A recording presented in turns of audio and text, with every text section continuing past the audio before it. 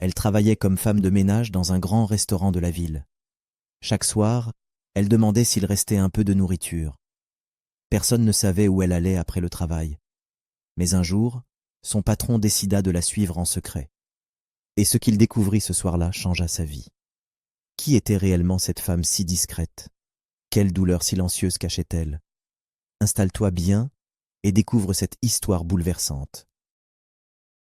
Au cœur de Kinshasa, non loin du quartier huppé de Gombe, se trouvait un restaurant chic appelé le Palais d'Or.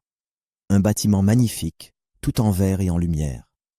Chaque jour, de grosses voitures s'y garaient, des 4x4 noirs, des berlines dernier cri. À l'intérieur, des hommes d'affaires, des ministres, des artistes connus venaient manger des plats raffinés. Ce restaurant appartenait à un homme respecté et très riche. On l'appelait Monsieur Kiala, ou simplement Patron Kiala. Toujours bien habillé, costume bien taillé, chaussures cirées comme un miroir. Quand il entrait le matin, tout le personnel se levait pour le saluer. « Bonjour, patron !»« Bonjour, monsieur Kiala !» Il répondait avec un léger sourire et un signe de tête. Travaillait bien. Il ne parlait pas beaucoup. Il observait. Il écoutait. Il roulait dans un grand 4x4 Toyota noir flambant neuf. Et dans son restaurant, il avait plus de 60 employés. Des cuisiniers, des serveurs, des hôtesses, des agents de sécurité et plusieurs femmes de ménage. Mais derrière tout ce luxe, une histoire inattendue était sur le point de commencer. Kinshasa était calme. Les rues autour du restaurant étaient presque vides. À l'intérieur, toutes les tables étaient déjà rangées. Les clients étaient partis. Les lumières avaient été tamisées. Le personnel quittait petit à petit. Monsieur Kiala descendait les escaliers de son bureau. Il avait l'air fatigué. Il desserra sa cravate, soupira et sortit dans le parking. Il appuya sur sa clé et son 4x4 émit un bip sonore. Mais alors, il vit une silhouette. Une femme se tenait non loin de sa voiture, pas collée, mais assez proche pour qu'il la remarque. Elle portait l'uniforme marron et doré des agents d'entretien du restaurant. Ses mains étaient croisées devant elle. Elle regardait le sol. Il plissa les yeux. « Qui est-ce » murmura-t-il. Il ne restait que quelques nettoyeuses dehors. Mais cette femme ne bougeait pas. Elle semblait attendre. Monsieur Kiala s'avança doucement. L'air était lourd. Quelque chose n'était pas normal. Il s'arrêta devant elle. Elle leva les yeux très brièvement, puis les baissa aussitôt.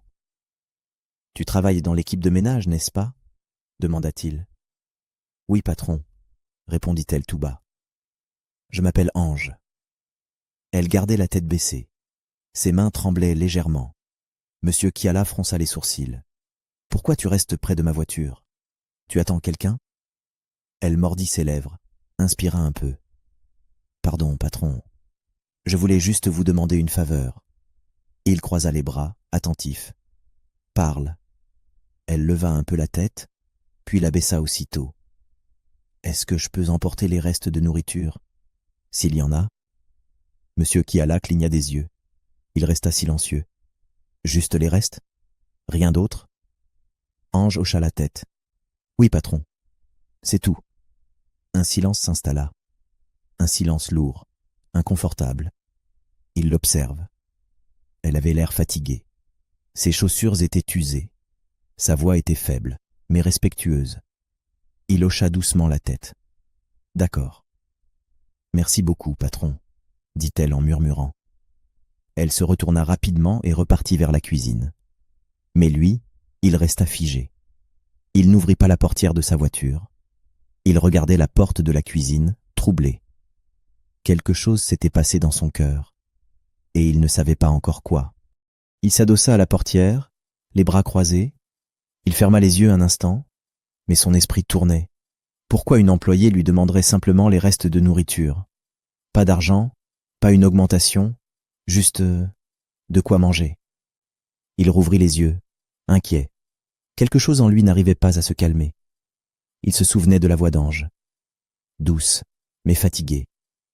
Et dans ses yeux, il avait vu une douleur. Pas de la peur, non, mais une souffrance retenue. Il regarda l'heure sur sa montre, presque 22 heures. Et pourtant, Il ne voulait pas partir. Il voulait savoir, comprendre. Pourquoi cette femme tenait à ses restes comme à un trésor? « Je vais attendre », murmura-t-il pour lui-même. 10 minutes plus tard, la porte de la cuisine s'ouvrit. Ange sortit, les mains pleines. 2 petits sacs en plastique noir. Ils ne semblaient pas lourds. Elle les serrait contre elle et marchait vite. Monsieur Kiala s'abaissa dans son siège. Il attendit qu'elle soit un peu éloignée. Puis il tourna la clé de contact. Le moteur démarra sans bruit. Il éteignit ses phares un instant et suivit discrètement. Il gardait ses distances. Assez loin pour qu'elle n'entende pas. Assez près pour ne pas la perdre. Ange marchait vite. Au bout de quelques rues, elle monta dans un petit bus jaune plein à craquer.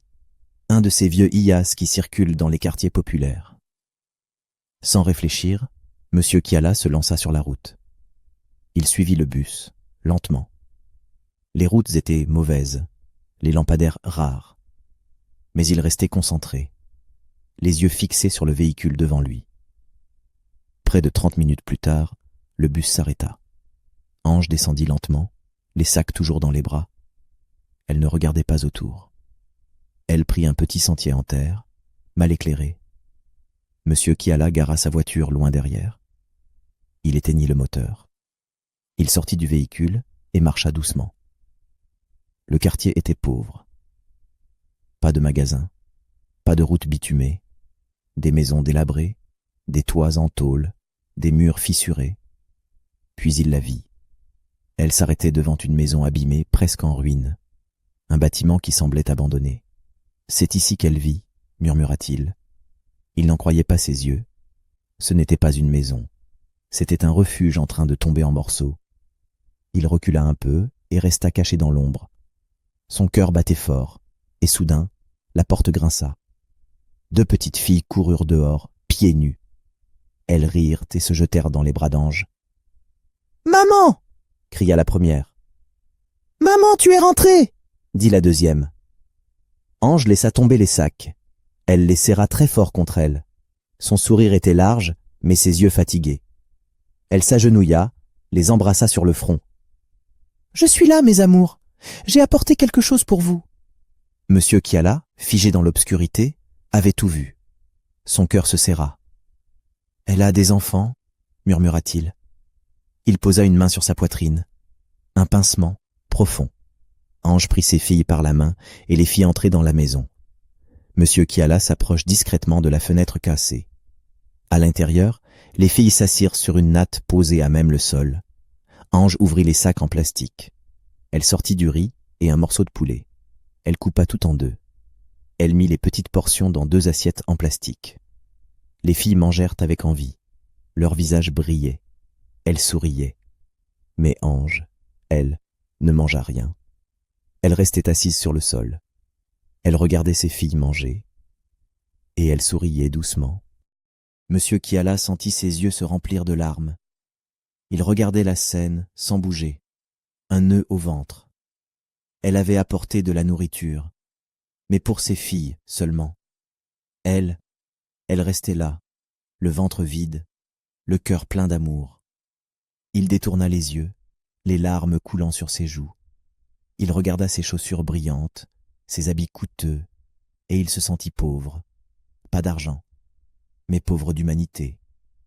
Le lendemain matin, le soleil se levait doucement sur ma tête et, dans la pièce sombre, Ange était déjà réveillée. Ses 2 filles dormaient encore sur la natte, l'une serrée contre l'autre. Elle les regarda un moment, les caressa tendrement. « Réveillez-vous, mes anges, » murmura-t-elle. « Il est temps d'aller à l'école. » Les 2 petites filles s'étirèrent en bâillant. « Maman, on va à l'école aujourd'hui ?»« Oui, mes chéris, on se prépare. » Ange prit un petit seau, alla puiser de l'eau au coin de la cour. Puis elle fit chauffer un peu d'eau sur un petit réchaud. Elle lava ses filles à tour de rôle, les sécha avec soin, puis sortit leurs uniformes propres. Elle leur peigna les cheveux, les attacha en 2 petites couettes. Puis elle rouvrit le sac en plastique de la veille. Il restait un peu de riz. Elle réchauffa ce qu'il y avait, servit le tout dans 2 petits bols. Les filles mangèrent tranquillement. Leur mère, elle, ne prit rien. Une fois les repas finis, elle rangea les cahiers dans les sacs d'école. Elle donna à chacune une petite bouteille d'eau. Puis, elles quittèrent la maison. La route jusqu'à l'école était poussiéreuse.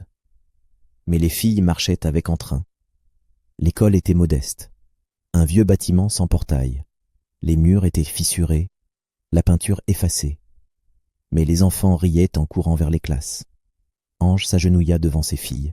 « Soyez sages, dit-elle en les embrassant.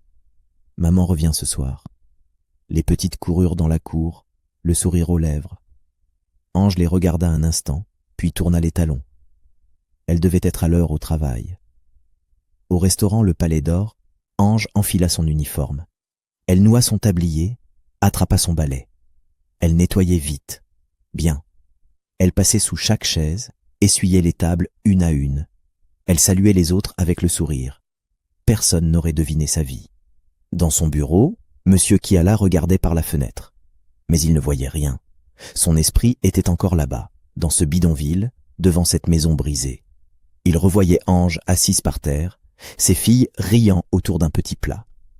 Il prit son téléphone. Appela le responsable RH. Quelques minutes plus tard, le responsable entra. « Bonjour, patron. »« Bonjour. Écoute-moi bien. On doit changer les choses ici. » Le responsable haussa les sourcils. « Pardon ? » ?»« Les salaires. Augmente-les. Commence ce mois-ci. Plus personne ne doit rentrer chez lui le ventre vide. » « Bien reçu, patron. » Le responsable sortit rapidement. Kiala resta seul. Il ferma les yeux. Il revoyait cette scène, les enfants, le sourire d'Ange, et ce morceau de poulet qu'elle avait offert, sans toucher à rien. Il rouvrit les yeux et murmura « Elle n'a même pas mangé. » Ce jour-là, Ange nettoyait les vitres près de l'entrée principale. Elle travaillait sans pause, concentrée comme toujours. Soudain, la chef cuisinière s'approcha. « Ange, le patron veut te voir dans son bureau. » Elle se figea. « Moi ? J'ai fait quelque chose de mal ?» demanda-t-elle, la voix basse. « Je ne sais pas, » répondit la chef. « Il a juste dit de venir tout de suite. » Ange s'essuya les mains sur son tablier. Son cœur battait fort. Elle marcha lentement dans le couloir. Arrivée à la porte du bureau, elle frappa timidement. « Entrez !» dit la voix grave de Monsieur Kiala. Elle ouvrit. Il était assis derrière son bureau. Il leva les yeux vers elle et lui fit un petit sourire. « Bonjour, Ange.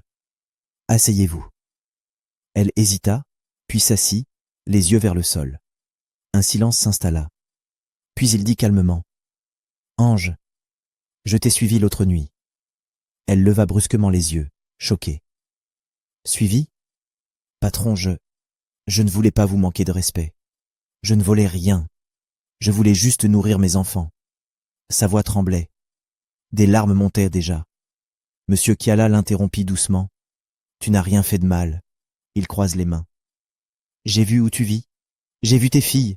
J'ai vu comment tu leur as tout donné, alors que toi, tu n'as rien mangé. » Ange baissa les yeux.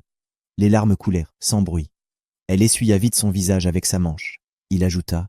« Tu es une bonne mère. Tu es forte. Tu es digne. » Elle ne répondit pas. Elle pleurait doucement, la tête baissée. Il attendit qu'elle se calme un peu, puis dit « Je veux t'aider. » Ange releva lentement les yeux, plein de larmes. « Moi, patron ? Vous voulez ?» Il sourit légèrement. « Oui, reviens demain matin. J'ai une nouvelle à t'annoncer. » Ange acquiesça doucement. Elle se leva, tremblante. « Merci. Merci beaucoup, patron. Que Dieu vous bénisse. » Le lendemain, elle se présenta à son bureau comme demandé. Elle était nerveuse. Elle avait à peine dormi. Monsieur Kiala l'attendait avec un document posé devant lui. « Ange, dit-il, lis ceci. » Elle s'approcha.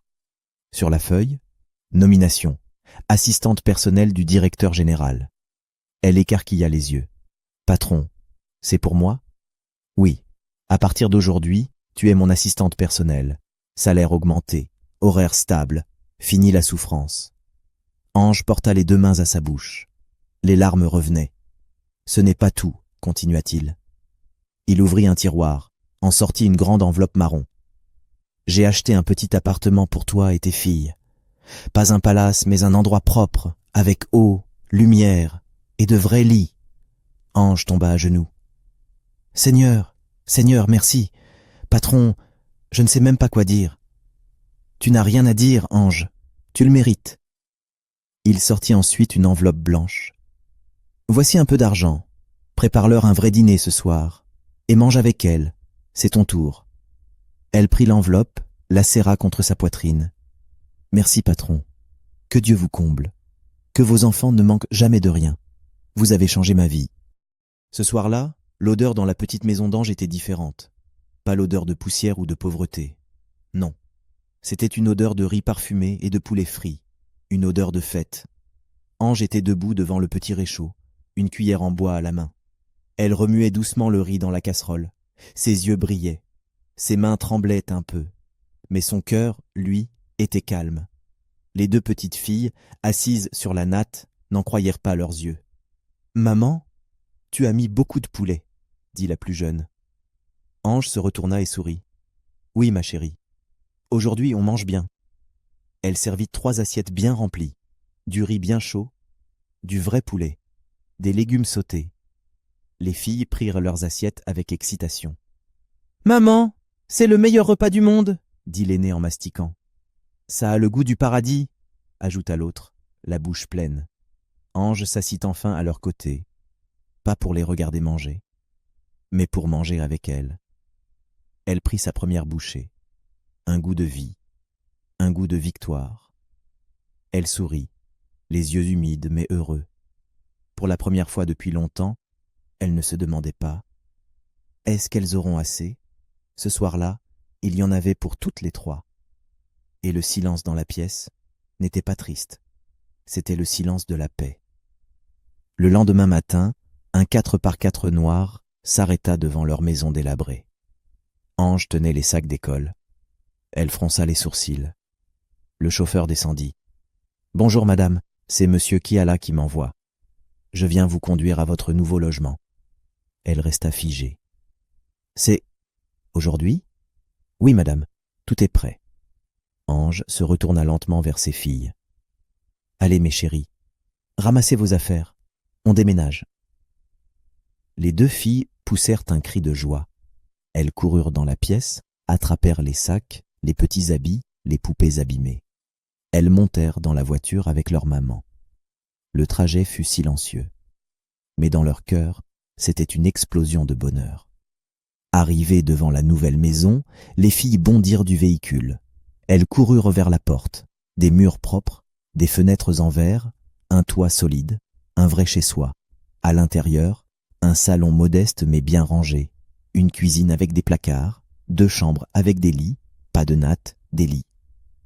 Les filles sautèrent sur les matelas. « Maman, viens voir, on a notre lit. Regarde maman, un vrai robinet. » Ange regardait autour d'elle. Elle posa un sac, s'assit sur un fauteuil et respira profondément. Elle leva les yeux vers le plafond. « Seigneur, merci. Je ne sais pas comment, mais merci. » Ses larmes coulèrent en silence. Mais ce n'étaient pas les larmes de misère. C'étaient les larmes d'une femme sauvée. Le soleil baignait doucement la nouvelle maison. Dans le salon, les 2 filles jouaient avec des coussins. Elles riaient, roulaient par terre, libres, heureuses. Ange, assise dans un fauteuil, les regardait. Son sourire était paisible. Elle tournait lentement la tête, regardant chaque mur, chaque détail.